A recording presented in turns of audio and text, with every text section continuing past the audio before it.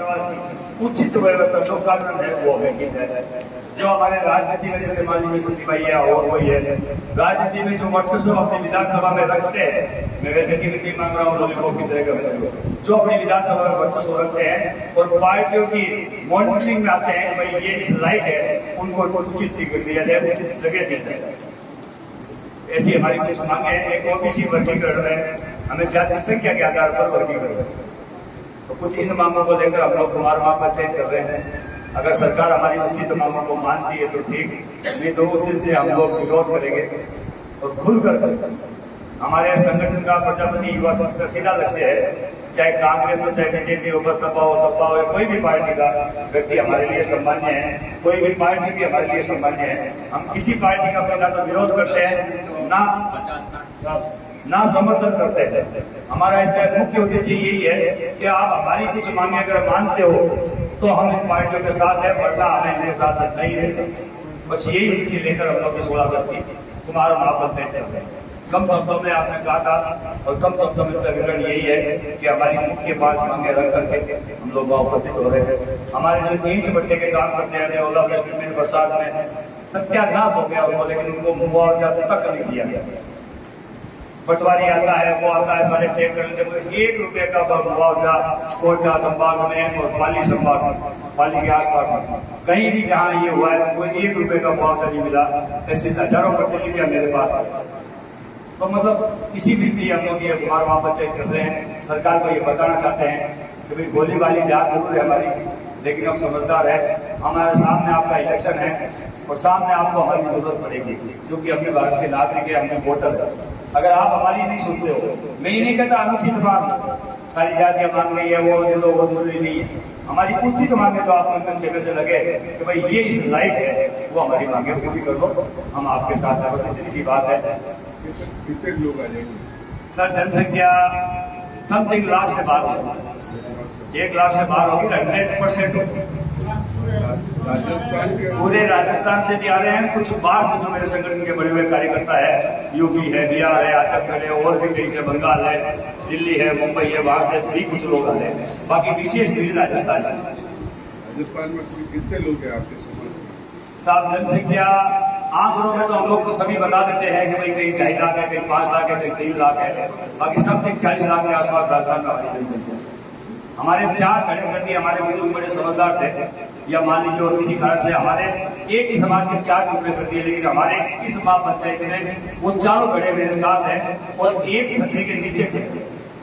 नहीं तो क्या हम 4 टुकड़ों में रहते इसलिए थोड़ा बड़ी जनसंख्या होती है, लेकिन मैंने उन चारों टुकड़ों को एक साथ किया और वो सभी एक साथ है।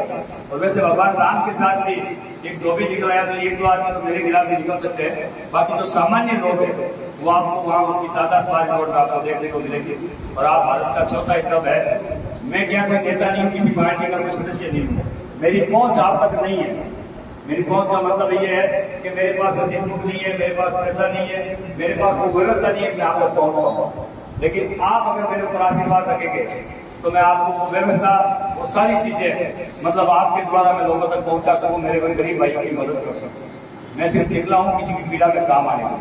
और ये हमारे पंचायत को कहीं राजनीतिक संरक्षण है या पॉलिटिकल पंचायत होगी क्या? सर अभी तक तो मुझे ना तो बीजेपी ने घाट डाला है, ना कांग्रेस ने घाट डाली है।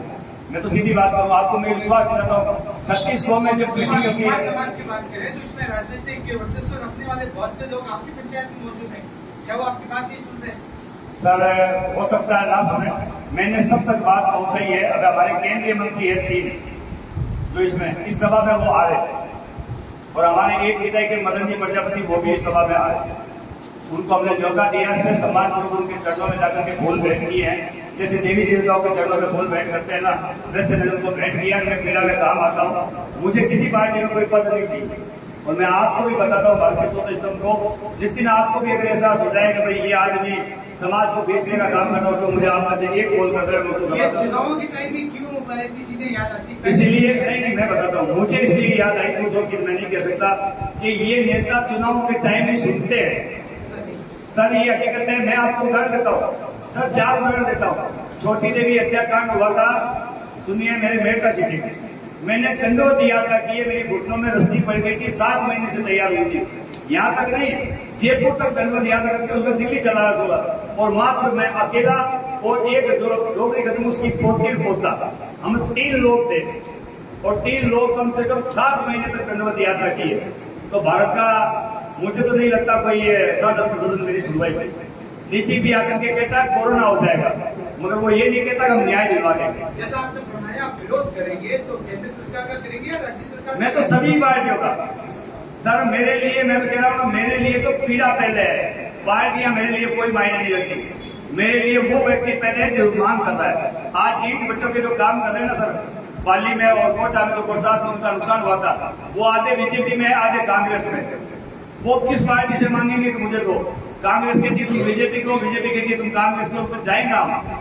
इसीलिए सरकार से मांग करना चाहता हूँ। आपने इसमें लिखा है कि राजनीतिक में हमें टिकट की भागीदारी होनी चाहिए। मैंने- आप ये 3 लोकसभा बता रहे हैं, 2 लोकसभा में बैठा है सांसद है, तो अब आप राजस्थान में और केंद्र में क्या चाहते हैं कि आपकी और भागीदारी होनी चाहिए? मैं ये चाहता हूँ सर, मैंने अभी आपको कहा था, जिनका जिस विधानसभा क्षेत्र में वर्चस्व हो, हमारा समाज के कोई भी व्यक्ति का पार्टियों की मॉनिटरिंग में वो आता हो, तो उनको उचित जगह दी जाए, चाहे वो उनको पद दे, चाहे उनको टिकट दे, जिसकी जैसी हैसियत है, कम से कम वो पार्टियां उनको महत्व दें।